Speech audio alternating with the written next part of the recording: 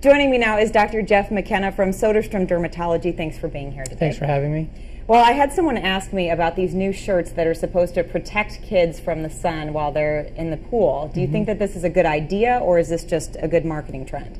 No, I think it's a good idea. What people don't realize is that typical clothing in terms of blocking ultraviolet light still lets a lot of ultraviolet light through.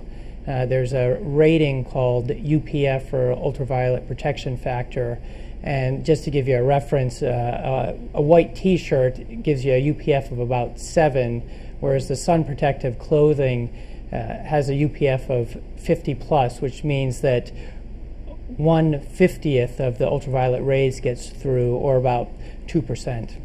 And I've also seen these new wristbands for kids that maybe kind of indicate whether or not you have enough sunscreen on or when you need to reapply it. What do you think about those? I think those are a good idea, and it's kind of interesting because what you can do is you apply the wristband to the child, and you put it on before they have any sun exposure, and you also apply the sunscreen that they're currently wearing over the wristband as well.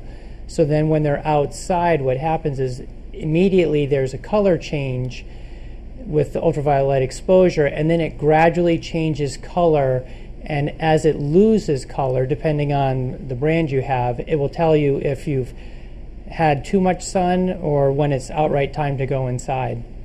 One of the things that I always think of is older adults getting skin cancers, getting melanomas, and you do see some cases of kids, but you don't hear about it as often. So why is sunscreen and protecting the kids from the sun so important?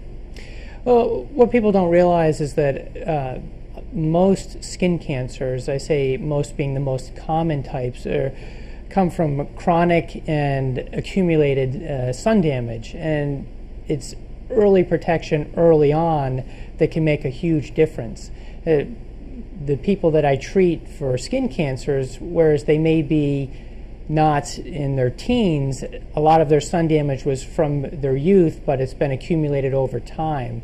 And teenagers don't think about how much sun protection they should have. Okay, Dr. Jeff McKenna, thanks for being here today. Thanks for having me. Back to you.